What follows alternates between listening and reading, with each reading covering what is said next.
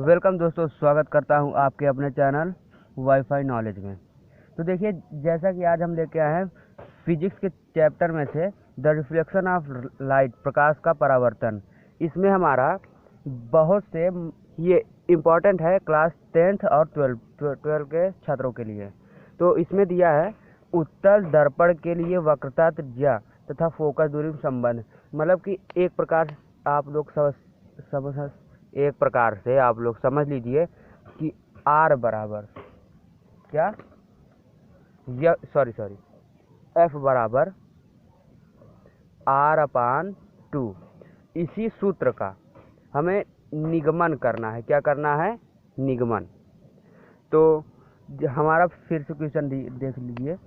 उत्तल दर्पण के लिए वक्रता, त्रिज्या तथा फोकस दूरी में संबंध F बराबर R/2। इसी सूत्र का हमें निगमन करना है। तो हम आपको चित्र के जरिए और हल करके दिखाएंगे, तो वीडियो पर बने रहें। तो देखिए दोस्तों, हम आप लोगों को जैसा बताएंगे आप लोग स्टेप बाय स्टेप उसे फॉलो करते रहिएगा। तो हमारा देखिए, ये P है, ये P है। तो देखिए दोस्तों, हमारा इसमें दिया है कि कोण, देखिए कोण PQ, ये हमारा Q है और ये यस है।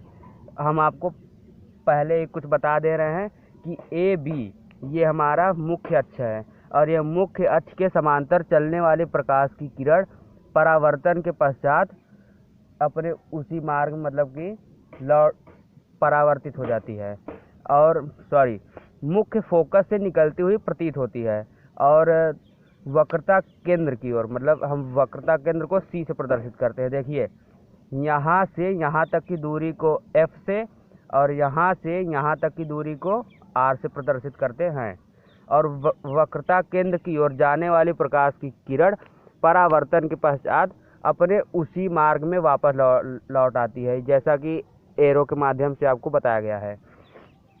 तो देखिए, अब हमें कैसे हल करना है हम आपको बताते हैं। इसमें हमारा कोण दिया है, ये देखिए, ये हमारा कोण I है, ये कोण R है।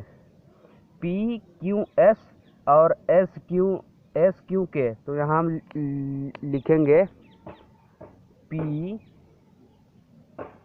कोण PQS बराबर कोण SQK। अब कहेंगे आपने इसे बराबर कैसे कर दिया। तो देखिए दोस्तों, आप लोग प्रकाश के परावर्तन में ये तो देखे होंगे कि आपतित किरण और परावर्तित किरण। ये हमारी आपतित किरण है और ये परावर्तित किरण है और ये क्या है? अभिलंब। तो इसका ये आपतन कोण और परावर्तन कोण, कोण I बराबर कोण R, ये आपस में क्या होते हैं? बराबर होते हैं। ये वही सेम चीज़ यहाँ पे हमें रखा गया है। ये हमारा P हो गया है, ये Q, ये S, ये K। PQS ये कोण I बराबर कोण R है, मतलब कि आपतित कोण और परावर्तित कोण आपस में बराबर होते हैं। तो PQS बराबर SQK। आपको स्टेप बाय स्टेप फॉलो करना है बस। तो यहाँ लिख दिए हैं कोण PQS बराबर SQK। तो ये हमारा हो गया। अब देखिए, यहाँ पर देखिए SQK, SQK और FQC हम पहले लिख लेते हैं। कोण SQK बराबर है कोण FQC के। अब देखिए कैसे, ये कौन सा कोण बन रहा है? शीर्षा विमुख कोण बन रहा है। हम जैसा कि आपको बता रहे हैं कि ये देखिए, ये मुख्य फोकस से निकलती हुई प्रतीत हो रही है और ये मुख्य अक्ष के समांतर जाने वाली वक्रता केंद्र की ओर जाने वाली प्रकाश की किरण परावर्तन के पश्चात अपने उसी मार्ग में लौट आती है। तो ये देखिए, ये देखिए, ये हमारा मिला देंगे तो ये यहाँ हुआ, ये यहाँ हुआ। ये जो इस प्रकार का कोण बनता है, मैथ में दिए होंगे, ये कोण इस कोण के क्या होता है? शीर्षाभिमुख होता है। तो यही सेम चीज़ यहाँ रखा गया है। ये SQK बराबर है कोण FQC के, मतलब कि ये कोण और ये कोण बराबर है। किस नियम से? शीर्षाभिमुख नियम से, यहाँ लिख देंगे शीर्षाभिमुख नियम से। अब ये हमारा हो गया। अब नेक्स्ट देखिए, तो जब ये बराबर है तो ये भी बराबर होगा। यहाँ लिखेंगे कोण पी क्यू एस बराबर कोण एफ क्यू सी। देखिए कोण पी क्यू एस बराबर है कोण एफ क्यू सी के। अब यहाँ पर हमने आपको बताया है कि ये पी क्यू एस और एस क्यू के, पी क्यू एस और एस क्यू के, ये कोण अगर इसके बराबर है तो ये वाला कोण भी तो इसके बराबर होगा। तो इसे हम समीकरण 1 मान लेते हैं। क्या मान लेते हैं? ये हमारा क्या है? समीकरण 1। तो देखिए दोस्तों, हम फिर से आपको बता देते हैं। सबसे पहले हमने पी क्यू एस और एस क्यू के को बराबर किया। उसके बाद एस क्यू के और एफ क्यू सी शीर्षाभिमुख कोण निकला। अगर ये कोण इस कोण के बराबर है तो ये वाला कोण इस कोण के बराबर था, तो ये कोण जो है इस कोण के भी बराबर होगा। तो हमने इसे इक्वेशन फर्स्ट मतलब कि समीकरण प्रथम मान लिया। आगे हमारा है ये सब होने के बाद अगर हम इसे ये वाली लाइन, ये जो मुख्य अक्ष के समांतर चलने वाली प्रकाश की किरण है, इसे हम कच्चे मार्ग से आगे दे दें तो ए बी और पी क्यू आपस में समांतर हो जाएंगे। तो हम यहाँ पे लिख देंगे P Q parallel A B. ये जो पी क्यू है ए बी के समांतर है, इसीलिए P Q parallel A B. तो यहाँ तक हो गया। तो इसके आगे देखिए कौन सा कोण, कोण पी क्यू एस बराबर कोण एफ सी क्यू, कोण पी क्यू एस बराबर कोण एफ सी क्यू।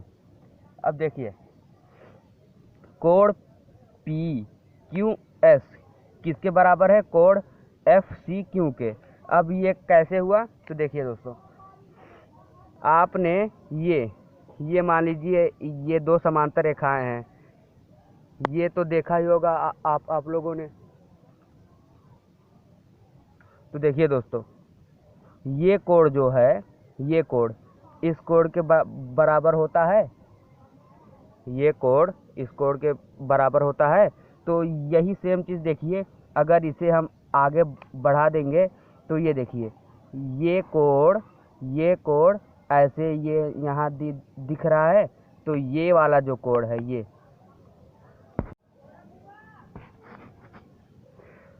तो देखिए दोस्तों हम कहाँ पर थे? हमारा कोण पी क्यू एस बराबर है कोण एफ सी क्यू के।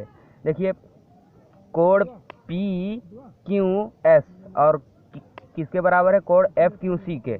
देखिए ये कोण मतलब कि इस कोण के बराबर है। अब कैसे बराबर है ये हम आपको बता रहे हैं। तो देखिए आप लोगों ने मैथ में ये देखा होगा, ऐसा कोण देखा है आपने? तो ये कोण इस कोण के क्या है? संगत कोण है। क्या है? संगत कोण। ये जितने अंश का ये यक्ष अंश है तो ये भी यक्ष अंश ही होगा। तो सेम चीज़ यहाँ पे भी है कि ये कोण जो है इसके अगर हम इसे डॉट करके बढ़ा दे तो ये देखिए ऐसे दिख रहा है ना, ये कोण इस कोण के क्या है? संगत कोण है। इसे हम सब समीकरण 2 संगत कोण है। क्या है? संगत कोण। अब नेक्स्ट प्रोसेस ये है कि समीकरण 1 तथा समीकरण 2 को हम देखेंगे। तो यार देखिए समीकरण 1 का मान, समीकरण 1 का मान समीकरण 2 में रखने पर, समीकरण 2 में रखने पर देखिए दोस्तों, समीकरण 1 हमारा क्या है? कोण पी क्यू एस बराबर कोण एफ सी क्यू। कहाँ पर था? देखिए कोण पी क्यू एस कोण पी क्यू एस बराबर एफ क्यू सी, मतलब कि ये वाला कोण, ये कोण इस कोण के क्या है? बराबर है। तो ये जो मान है समीकरण 1 का, जो पी क्यू एस बराबर ये है, ये मान हम समीकरण 2 में रखेंगे। तो पी क्यू एस के स्थान पे हम क्या रख देंगे, पी एफ क्यू सी, क्योंकि इसके बराबर ये रखना है।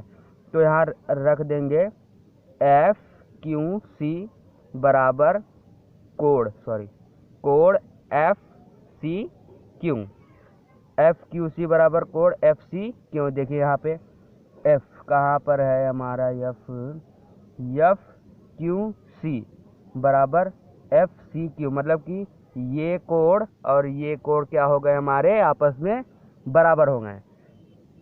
अगर ये कोड है तो हम इसे बना लेंगे त्रिभुज। क्या, तो देखिए त्रिभुज एफ सी क्यू में ही तो हमारा ये कोड क्यू और सी बराबर है।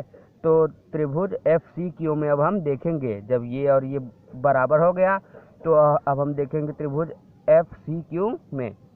तो एफ सी क्यू में हम देख रहे हैं कि एफ सी बराबर एफ क्यू, ये वाला जो है देखिए एफ सी बराबर एफ क्यू, इसे समीकरण 3 मान लेते हैं हम। एफ सी बराबर एफ क्यू, देखिए एफ सी हमारा ये हो गया और एफ क्यू हमारा ये हो गया। तो देखिए दोस्तों, यहाँ से यहाँ तक की दूरी को हम क्या लिखे थे, कैपिटल एफ, यहाँ से और यहाँ तक की दूरी क्या लिखे थे, आर।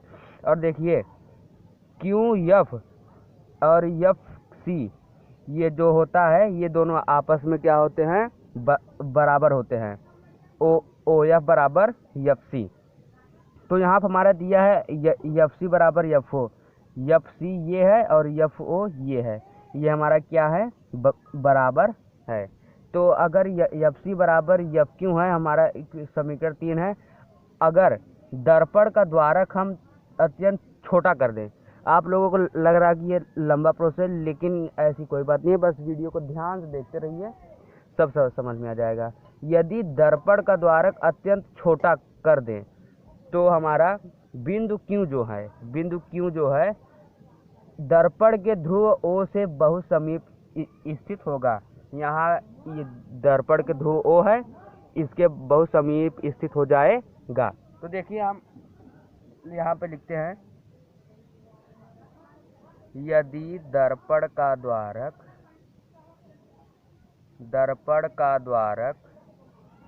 अत्यंत छोटा कर दे, क्या कर दे, अत्यंत छोटा हो तो बिंदु क्यों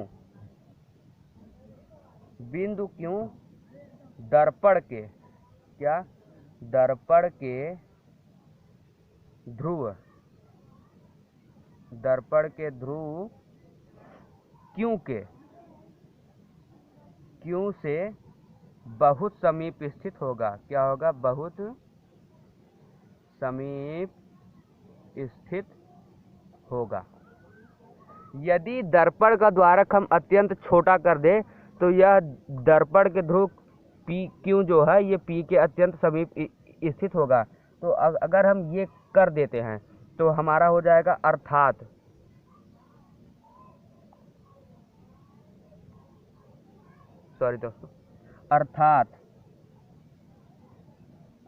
हमारा, अगर ये प्रक्रिया हम कर दे रहे हैं तो हमारा एफ क्यू और एफ क्यू जो है, एफ क्यू जो है एफ ओ के बराबर हो जाएगा। क्या हो जाएगा, एफ क्यू बराबर हो जाएगा एफ ओ के। अगर हम क्यू को दर्पण के ध्रुव के पास रखते हैं तो अगर यहाँ रख देंगे तो एफ क्यू जो है, मान लीजिए यहाँ पर रख दिए अत्यंत समीप, ये क्यों बिंदु उठा के हम यहाँ रख दिए, तो एफ ओ बराबर एफ क्यू होगा कि नहीं होगा ना। तो वही चीज़ यहाँ लिखा गया है कि एफ क्यू बराबर एफ ओ। ये प्रक्रिया करने के बाद देखिए हमारा, सॉरी दोस्तों, देखिए क्या होता है। अगर ये कर रहे हैं तो एफ क्यू का मान समीकरण 3 में रखने पर, एफ क्यू जो है, एफ क्यू का मान समीकरण 3 में, किसमें, थर्ड में रखने पर एफ क्यू का जो मान है, एफ क्यू का मान हम अगर समीकरण 3 में रख रहे हैं, ये देखिए, ये जो हम बता रहे हैं आपको एफ बराबर आर बटे 2, ये जो सूत्र का निगमन है, इसे याद नहीं किया जा सकता, इसे केवल समझा जा सकता है। आप वीडियो को 1 बार 2 बार देखिए, ध्यान से देखिए, उसको निकालिए कि पहले इसे देखना है, फिर शीर्षाभिमुख को देखना है। ये कोण इसके बराबर है तो ये कोण भी इसके बराबर है, तो इसका मतलब ये कोण और ये कोण आपस में क्या होंगे, बराबर होंगे। फिर इसे पैरेलल करना है। ऐसे ऐसे करके आप देखिए, हम आपको लास्ट में फिर से बता देंगे तेजी से क्या क्या करना है। तो अगर हम एफ क्यू का मान समीकरण 3 में रख रहे हैं, समीकरण 3 क्या है, एफ सी बराबर एफ क्यू, तो हम क्या रख रहे हैं, एफ क्यू का मान, मतलब कि इसका मान ये है, ये जो जहाँ पर एफ क्यू है, हमें वहाँ पर क्या रखना है, एफ ओ रखना है, क्योंकि एफ क्यू बराबर एफ ओ दिया है। तो समीकरण 3 हमारा है एफ सी बराबर एफ ओ है, क्या है, एफ सी बराबर एफ ओ। तो हम एफ क्यू का मान समीकरण 3 में रख रहे हैं, तो एफ क्यू का मान हमारा क्या है, एफ ओ। तो देखिए एफ क्यू का मान हमारा है, सॉरी दोस्त, हाँ,